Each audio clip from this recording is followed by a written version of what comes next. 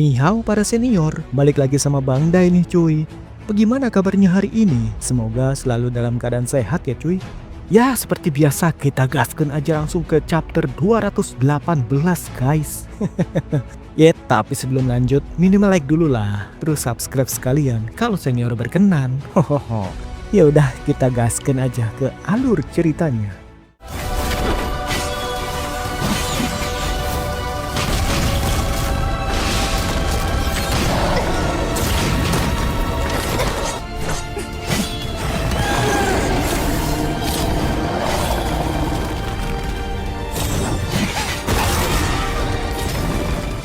Cahaya merah darah menyelimuti seluruh puncak Tongtien. Tidak terhitung banyaknya mayat dan potongan tubuh berserakan di pegunungan itu, mengubah surga dunia yang indah itu menjadi neraka darah. Sisa murid sekte Qingyun yang masih hidup telah dipaksa mundur ke aula kristal. Di depan mereka terhampar lautan manusia yang telah dikendalikan jiwanya menyerbu tanpa henti. Di belakang lautan manusia itu, di langit yang tinggi, berdiri sosok raksasa berwarna merah darah. Raksasa itu menjulang menyentuh langit. Sekujur tubuhnya dipenuhi cahaya merah darah. Nafasnya berat dan padat seperti nyata. Di dahinya tumbuh sepasang tanduk besar, memiliki 8 lengan, masing-masing menggenggam senjata raksasa yang terbuat dari darah. Itu adalah Tian Xiaoming Wang. Dan tepat di tengah kening raksasa itu terlihat tungku penakluk naga yang terbungkus rapat dalam pusaran darah. Di tungku itu berdiri sosok Raja Hantu. Anehnya, tubuh Raja Hantu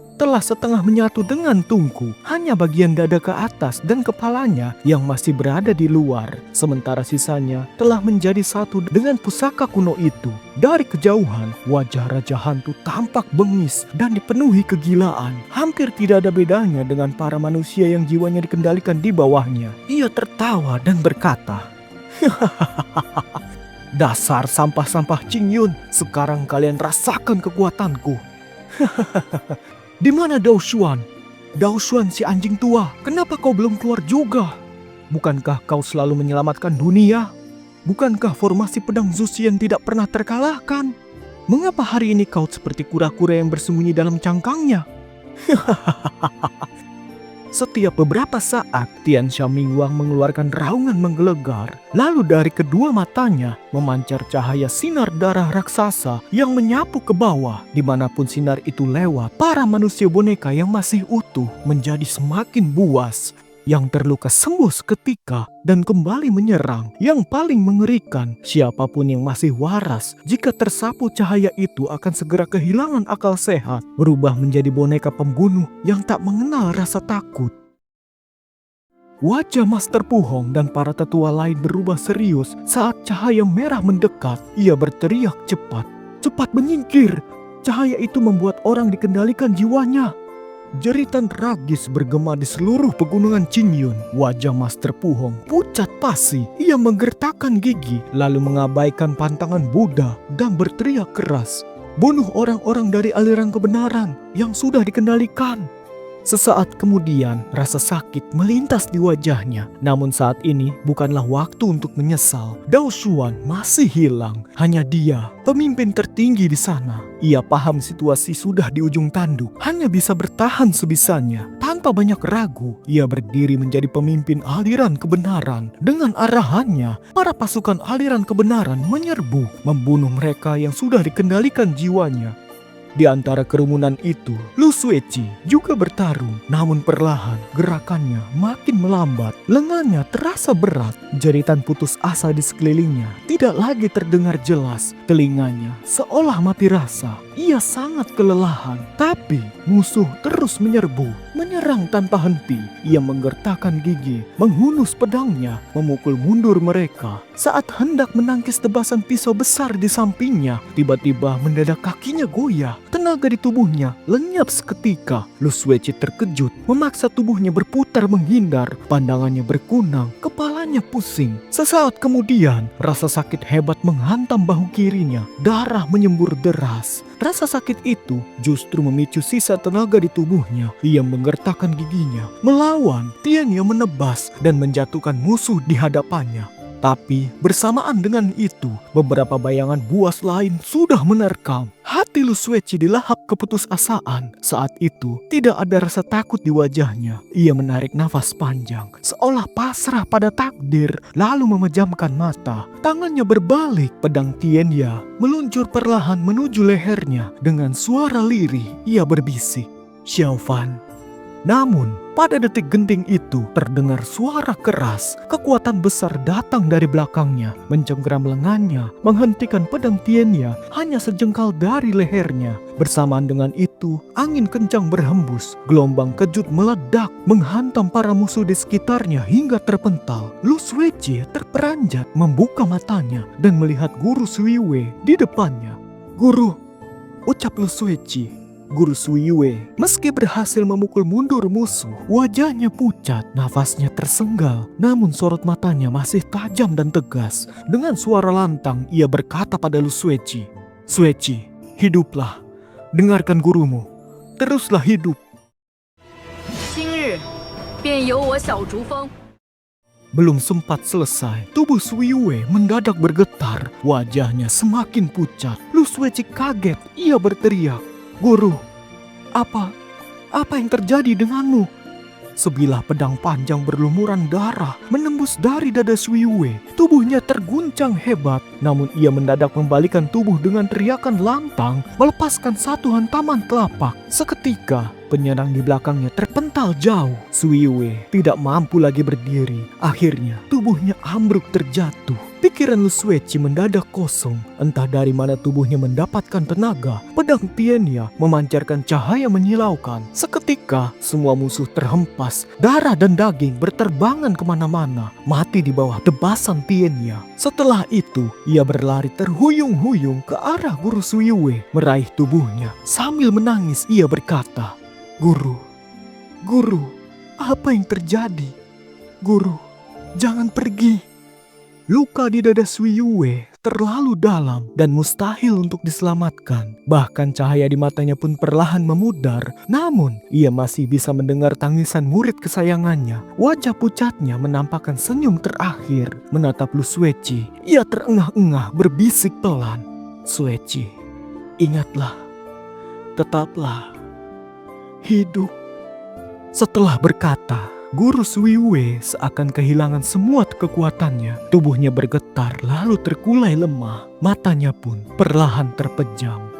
Lu Sueci, tubuhnya gemetar dan hampir jatuh. Namun para manusia boneka di sekelilingnya jelas tidak memberinya waktu. Dalam sekejap, gerombolan itu kembali mengepungnya. Wajah Lu Sueci pucat pasi, seolah tidak sanggup menerima kenyataan bahwa gurunya mati di hadapannya. Ia terlihat kehilangan semua semangat hidupnya. Namun, tiba-tiba Wen Min melompat ke hadapannya, menariknya di saat genting. Lu Sueci menoleh, melihat Wen Min yang tubuhnya juga berlumuran darah. Hati Lu Sueci terasa perih. Ia terisak, lalu berkata, "Kakak senior, guru sudah."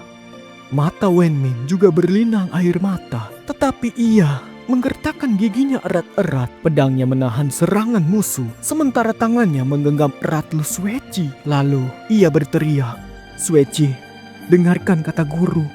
Kita harus terus hidup." Ucapan itu mengguncang hati Lu Sueci. Ia menoleh ke arah jasad gurunya yang sudah mulai ditelan kerumunan para manusia boneka. Ia menggertakkan giginya, lalu kembali mengangkat pedang Tienya. Bersama Wen Min, mereka berdiri saling membelakangi, mengerahkan sisa tenaga terakhir, bertarung dan membunuh, berjuang mati-matian demi secercah harapan untuk tetap hidup. Dan pada saat itu, terdengar pekikan panjang dari arah kolam Gio. Permukaan air beriak hebat. Seekor binatang roh raksasa melompat keluar. Penjaga gunung sekte Qingyun, Cilin Air. Hampir tanpa ragu, Cilin Air langsung menerjang barisan pasukan aliran iblis. Orang-orang aliran kebenaran memanfaatkan kesempatan ini untuk mundur menuju aula kristal. Lu Sueci dan Wen Min yang hampir kehabisan tenaga juga ikut naik.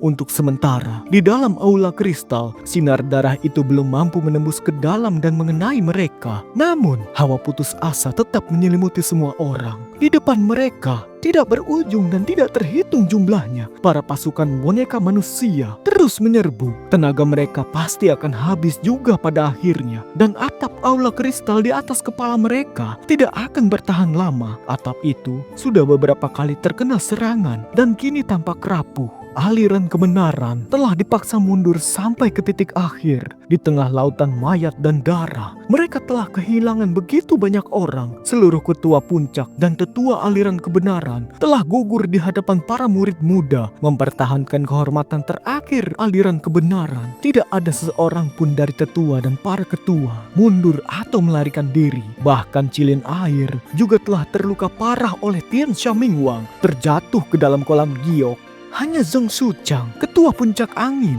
yang sempat diselamatkan setelah pingsan karena luka berat dalam pertempuran sengit. Kini, ia masih tidak sadarkan diri di dalam aula kristal. Namun, selain Zheng Shuchang yang terbaring koma, tidak ada lagi tokoh dari generasi tetua yang tersisa. Tidak ada waktu untuk berduka. Para manusia boneka kembali menyerbu. Sementara di langit, Tian Shamingwang meraung penuh amarah, mengayunkan senjata raksasanya menghantam aula kristal. Para murid muda yang tersisa melangkah maju. Xiao Yichai, Lin Jingyu, Lu Suiqi, Ji Hao, Song Darren, Wen Min, Zheng Shushu. Mereka maju sambil melindungi para adik seperguruan yang lebih muda di belakangnya. Bertarung mati-matian dengan pedang di tangannya. Tiba-tiba, ledakan dahsyat terdengar dari atas kepala mereka. Atap aula kristal akhirnya hancur total, pecah berantakan. Dari langit terdengar tawa gila penuh kepuasan. Manusia boneka di seluruh pegunungan seolah mendapat kekuatan besar, bersama-sama meraung lalu menyerbu dengan lebih beringas. Di angkasa, mata Tian Shamingwang mulai berkilau tajam. Di dalam aula kristal, wajah semua orang dari sekte Qingyun dipenuhi keputusasaan. Lu Suiqi yang tubuhnya berlumuran darah menarik nafas panjang, lalu mengangkat pedang Tiannya dan meletakkannya di lehernya sendiri. Wen Min yang berdiri di dekatnya sangat terkejut, segera berlari untuk menghentikannya. Namun, Lu Suiqi hanya menatapnya dan berkata, "Kakak senior, sudahlah. Aku lebih memilih mati dengan tanganku sendiri daripada disentuh tangan kotor mereka." Tubuh Wen Min bergetar, matanya berkaca-kaca. Tiba-tiba dari belakangnya terdengar langkah kaki. Saat ia menoleh, ia melihat Song Darren juga berlumuran darah berdiri di sana. Wen Min menatapnya dalam-dalam. Song Darren tersenyum kecil. Ia meraih tangan putihnya, menggenggam erat. Wen Min seperti mendapatkan keberanian baru. Rasa takut dan putus asa hilang di wajahnya, berganti dengan senyum lembut. Ia menoleh kembali kepada Lu Suiqi, lalu berkata, "Suiqi, pergilah dengan tenang. Kami akan segera menyusulmu." Lu Suiqi melihat sekilas pada tangan mereka yang saling menggenggam dan sosok mereka yang saling bersandar. Sudut bibirnya terangkat tipis, lalu ia memejamkan mata. Dalam hati, ia bergumam, "Xiaofan, kita akan bertemu lagi di kehidupan berikutnya." Hawa dingin dari pedang surgawi Tiannya meresap menembus kulit hingga ke dalam darahnya. Ia tersenyum tipis, lalu menggenggam gagang pedang erat-erat. Namun, tepat pada saat itu, di sampingnya terdengar teriakan kaget dari Wen Min. Ia segera meraih tangan Lu Suiqi dan berkata, "Suiqi, tunggu dulu." Lu Suiqi tertegun sejenak, menurunkan Tiannya dan bertanya heran, "Ada apa?" Wen Min berbalik, menatap ke arah belakang puncak Tongtian dengan wajah penuh ketidakpercayaan. Ia berkata, "Kau dengar tidak? Kalian semua dengar tidak? Suara apa itu?" Entah mengapa, medan perang yang tadinya penuh kegaduhan dan teriakan tiba-tiba menjadi sunyi. Tidak ada satupun suara, bahkan pasukan boneka iblis yang mengerikan itu berhenti bergerak dan terpaku di tempat. Dalam keheningan itu, di puncak Tongtian mulai bergetar perlahan. Lalu terdengar satu auman panjang yang dalam dan berat meledak dari belakang gunung. Suara itu semakin meninggi dan berubah menjadi teriakan nyaring penuh semangat. Bersamaan dengan itu, cahaya besar melesat ke langit seperti naga raksasa yang telah terkurung ribuan tahun akhirnya bebas. Angin kencang meraung, langit dan bumi berubah warna. Senjata dan pusaka di tangan para manusia mulai bergetar sendiri. Seketika, suara teriakan penuh sukacita menggema di depan aula kristal. Seseorang berlari keluar, menunjuk cahaya di langit sambil berteriak, "Zuxian! Zuxian! Itu pedang Zuxian!" Sisa-sisa orang dari aliran kebenaran, bahkan yang terluka parah, seolah melupakan rasa sakit. Mereka bangkit dengan susah payah, menatap pilar cahaya yang megah menembus langit, seolah itulah harapan terakhir mereka. Langit yang tadinya tertutup merah darah, kini terbelah oleh cahaya itu. Sinar benderang melesat dari bawah langit menuju puncak Tongtien. Cahaya itu meledak memancarkan sinar seperti matahari menyala di bumi, mengusir seluruh kegelapan. Di balik cahaya itu, perlahan muncul sosok seseorang. Namun, sinarnya terlalu menyilaukan sehingga wajahnya tidak terlihat jelas. Hanya dalam kilasan cahaya, semua orang dapat melihat dengan pasti. Orang itu mengangkat perlahan sebuah pedang kuno di tangannya. Pedang kuno Zuxian. Dalam sekejap, dari atas aula kristal meledak sorak-sorai yang mengguncang langit. Wajah Wenmin, Song Daren, dan semua orang lainnya dipenuhi air mata haru. Hanya Lu Sueci yang tiba-tiba tubuhnya goyah, menampakkan ekspresi tidak percaya. Di langit, sosok yang berdiri di tengah cahaya, meski tersamarkan dan tidak terlihat jelas, siluetnya sudah terukir dalam-dalam di hatinya. Mana mungkin ia tidak mengenalinya? Xiao Fan. Ia memanggil dalam hati ribuan kali sembari mencengkeram erat kerah bajunya. Seakan hanya dengan itu yang bisa meredam degup jantungnya yang menggila. Saat itu, Tian Xiaomingwang juga menyadari keanehan itu. Tubuhnya yang raksasa perlahan berbalik, tatapan matanya yang mengerikan menatap tajam. Sesaat kemudian, dari mulutnya terdengar suara penuh amarah dan kegilaan. Ternyata, kau... Sosok di dalam cahaya tidak menjawab. Ia hanya mengangkat pedang kuno Zuxian di tangannya. Sekejap, suara aneh menggema. Dari 7 puncak pegunungan Qingyun terpancar 7 pilar cahaya berwarna-warni menembus langit, lalu berkumpul di pedang Zuxian itu. Suaranya semakin nyaring, memenuhi langit dan bumi. Beberapa saat kemudian, seakan waktu berputar kembali, pedang raksasa berwarna-warni yang legendaris muncul lagi di bawah cakrawala. Formasi pedang Zuxian kini hadir kembali di puncak Tongtien. Tian Xiaomingwang mengaum marah. Kedua matanya memancarkan cahaya merah menyala, menembak lurus ke arah Zhang Xiaofan. Namun, cahaya pedang dari formasi Zuxian dalam sekejap ribuan pedang energi menerjang turun menahan pancaran merah itu. Transformasi dari formasi pedang belum berhenti. Seluruh pegunungan Qingyun mulai bergetar. Kekuatan spiritual tak terbendung mengalir dari segala penjuru. Tanpa segel rahasia langit, pedang kuno Zuxian pada saat itu menyerap seluruh energi bumi dan mencapai puncak kekuatan tertinggi sepanjang sejarah formasi itu. Segala energi spiritual dan aura kegelapan tersedot masuk, berkumpul di pedang yang memancarkan cahaya menyilaukan. Formasi pedang membesar bahkan ratusan kali lipat, meliputi seluruh pegunungan Qingyun. Langit penuh bayangan pedang, penuh aura pedang yang mempesona. Dan di antaranya, pedang raksasa berwarna-warni kini jauh lebih besar dari sebelumnya, siap membelah dunia. Untuk pertama kalinya, patung raksasa Tian Xiaomingwang tertekan mundur selangkah. Angin melolong tajam dan ribuan pedang berputar, semuanya mengarah padanya. Tian Xiaomingwang mengaum marah, menghunus senjata darah di tangan-tangannya, menghantam ke arah sosok di balik formasi. "Pergilah ke neraka!" Darah merah membelah langit. Langit dan bumi berubah warna. Namun, yang menyambutnya adalah badai pedang energi tak terbendung. Suara ledakan menggelegar seperti petir. Pedang-pedang itu menembus lengannya, memotong daging, menghancurkan tulang, bahkan meremukan senjata-senjata raksasanya. Dengan geraman berat, Tian Xiaomingwang mundur kembali. Di atas tungku, Raja Hantu berteriak, mengangkat lengannya tinggi-tinggi. Patung raksasa itu seolah menerima perintah. Semua lengannya yang tersisa menggapai ke langit. Sekejap, seluruh awan darah di langit tersedot membentuk pusaran mengerikan. Dari lautan manusia boneka di bawah memancar pula sinar merah pekat. Itu adalah darah yang disedot dari para manusia yang dikendalikannya. Begitu darah itu keluar, para manusia boneka langsung roboh tidak bernyawa. Langit dan bumi kini diliputi awan raksasa darah. Dalam genggaman Raja Hantu, Awan itu berubah menjadi tombak merah yang sangat besar. Kilatan listrik menari di permukaannya, menebar ancaman mematikan. Tian Xiaomingwang meraung ke langit, matanya dipenuhi haus darah. Tombak raksasa itu melesat menghantam cahaya formasi Zuxian. 此子入魔已深，纵然日后为天下人非议，也断不能留下这绝世祸胎。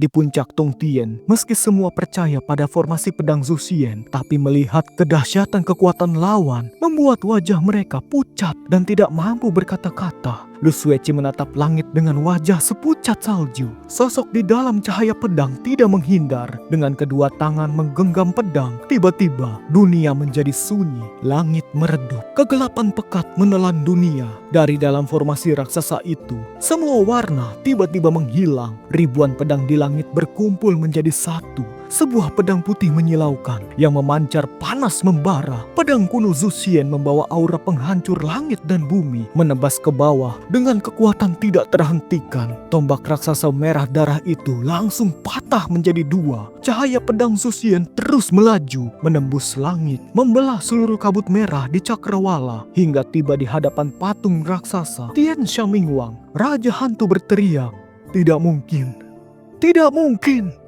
Aku punya kekuatan Tian Xiaomingwang."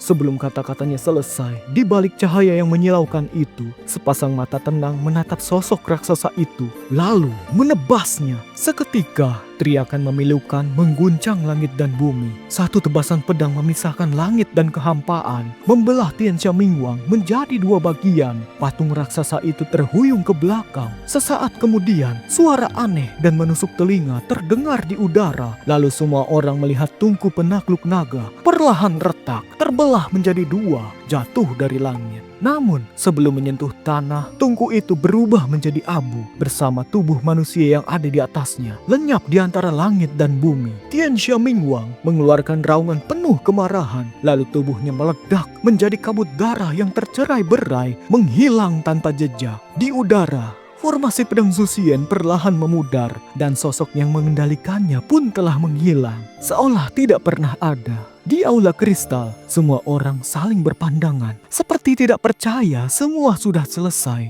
Kita menang? Kita benar-benar menang? Semua orang saling bertanya, mata mereka berkaca-kaca, seperti tidak yakin dengan kenyataan ini. Wen Min tersenyum sambil menangis, memeluk Lu Sueci erat-erat lalu berkata, Sueci, kita menang." Lu Sueci menatap langit, bibirnya tersenyum. Senyum indah bagaikan bunga paling cantik di dunia, memancarkan sinar yang mempesona. Dari puncak Tongtian, sorak-sorai menggelegar seperti gelombang. Segala fenomena aneh di langit perlahan lenyap. Sinar matahari yang hangat kembali memancar ke dunia, membawa kehangatan yang telah lama hilang. Di kaki Gunung Qingyun, di luar kota Heyang, sekelompok orang berjalan perlahan menyelusuri jalan tua di padang liar. Zhao Yixian berjalan paling depan sambil membawa papan bertuliskan petunjuk dewa. Xiao Huan dengan senyum manis menoleh ke belakang dan bertanya pada wanita di sisinya, "Benarkah Kakak Ping-er, mulai sekarang kau akan ikut bersama kami mengembara kemana saja?" Jin Ping-er tersenyum menggoda. Ia merangkul bahu Xiao Huan lalu menjawab, "Tentu saja, dunia ini penuh bahaya dan pria menyebalkan jumlahnya tidak terhitung. Adik secantik dan semanis kamu, kalau aku tidak menjagamu, aku tidak akan tenang." Xiao Huan tertawa, lalu seperti teringat sesuatu, ia mengeluarkan sebuah benda dari dadanya. Itu adalah lentera jiwa. Jin Ping-er melirik dan melihat nyala api lampu itu telah padam. Di sisi lain lampu, entah sejak kapan, muncul segumpal asap tipis berwarna abu-abu kebiruan. Bentuknya samar, terasa seperti roh atau jiwa yang tak tenang. Xiao Huan melirik arah Jin Ping-er. Jin Ping-er tersenyum dan berkata, "Bagaimana menurutmu?" Xiao Huan terdiam sejenak, lalu tersenyum. Ia berkata, "Kemampuanku masih dangkal. Aku tidak bisa menanganinya. Kakak, maukah kakak mengurusnya?" Jin Ping-er menatapnya sejenak, lalu tersenyum. Tangannya mengusap pipi Xiao Huan dengan lembut, lalu berkata, "Boleh." Xiao Huan menarik nafas dalam-dalam, lalu melempar lentera jiwa itu ke udara. Dalam sekejap, cahaya ungu melesat tajam, memotong lampu jiwa itu menjadi serpihan. Roh tipis itu menjerit lirih, lalu menghilang menjadi kehampaan. Saat itu, Zhou Yixuan tertawa lebar di depan, memutar tongkat bambunya lalu berkata, Ayo, kalian dua gadis muda, kenapa jalannya lebih lambat daripada kakek ini? Xiao Huan tertawa kecil lalu berkata, Datang kok, datang. Jangan marah kakek. Sambil berkata begitu, ia menarik tangan Jin Ping-er lalu berlari. Jin Ping-er tersenyum sambil mengikutinya. Namun, beberapa langkah kemudian, ia menoleh ke belakang. Di kejauhan, Gunung Qingyun menjulang menembus awan. Gagah dan megah, ia menatapnya lama. Lalu tersenyum tipis dan melangkah pergi bersama Xiao Huan. Di Gunung Rubah Agung, di dalam jurang raksasa terbuka, Xiao Bai sudah sibuk mencari cukup lama. Akhirnya, ia mendengar suara geraman rendah dari bawah lapisan batu. Dari 4 penjuru, terdengar gemuruh batu runtuh. Dan perlahan, beberapa kepala raksasa mulai menjulur keluar. Xiao Bai tertawa lebar, melambaikan tangan pada para binatang spiritual yang tampak lemah dan letih itu. Ia lalu duduk santai di atas bongkahan batu di sampingnya. Sinar matahari jatuh di wajahnya yang jelita, seolah membuatnya memancarkan cahaya. Ia meregangkan tubuhnya, memandang ke langit, lalu tersenyum berkata, Sepertinya, hidup dengan kulit tebal itu ada untungnya juga. Setidaknya, bisa menyelamatkan nyawa kan? Beberapa tahun telah berlalu, bencana telah berlalu. Sekte Qingyun mengalami pergantian generasi. Selain puncak angin yang masih dipimpin oleh Zheng Suchang, Xiao Yechai kini memimpin puncak Tongtian sebagai ketua Qingyun. Lu Suiqi menjadi ketua puncak bambu kecil, Song Daren ketua puncak bambu besar, dan Qi Hao yang sudah lama menjadi ketua puncak naga. Dunia seakan berganti wajah, penuh dengan suasana baru. Hanya saja, sepertinya selalu ada satu orang yang tidak ada di sana. Hari itu, Lu Suiqi menunggang pedang turun gunung. Entah karena dorongan hati atau rindu yang tak terpadamkan, ia sampai di reruntuhan desa Cao Miao di kaki Gunung Qingyun. Dinding-dinding yang hancur berdiri sunyi di antara rerumputan yang bergoyang tertiup angin. Ia melangkah perlahan, mengamati sekeliling dalam diam. Saat pandangannya jatuh pada dinding tua yang begitu dikenalnya, matanya dipenuhi kelembutan. Tiba-tiba, tubuhnya bergetar, seolah tidak percaya. Ia terhenti. Di balik dinding yang retak itu, berdiri seorang pria. Ia berdiri tenang, dan di matanya tercermin sosok Lu Suiqi. Mereka hanya berdiri, terpisah oleh dinding usang, saling menatap tanpa kata. Beberapa tahun telah berlalu, terlalu banyak duka dan rindu yang tersimpan. Semuanya terjalin dalam satu tatapan itu. Mereka tersenyum pada satu sama lain. Sinar matahari menyinari langkah mereka. Ketika keduanya melangkah melewati dinding yang memisahkan, lalu mereka berjalan berdampingan. Beberapa bulan kemudian, di puncak bambu besar, Zhang Xiaofan keluar dari kamarnya. Ia melihat sekeliling dengan wajah yang tenang. 进堂是少进堂。 Baiklah teman-teman, sampai juga di akhir cerita. Terima kasih untuk teman-teman yang sudah nonton sampai selesai. Like bila kalian suka dengan Jade Dinasti. Jangan lupa subscribe ya, biar nggak ketinggalan alur ceritanya. Dadah!